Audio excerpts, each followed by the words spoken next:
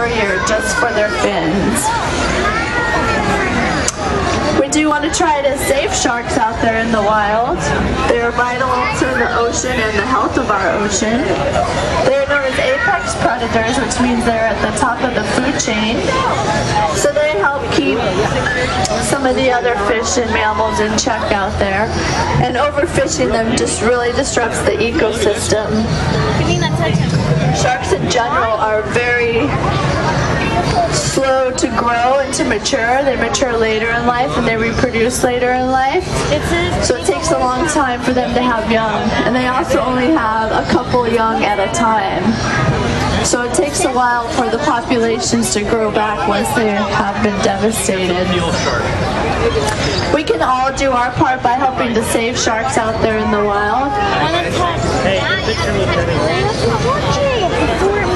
Doing stuff just simple like avoiding products that contain shark in them, including liver oil, cartilage.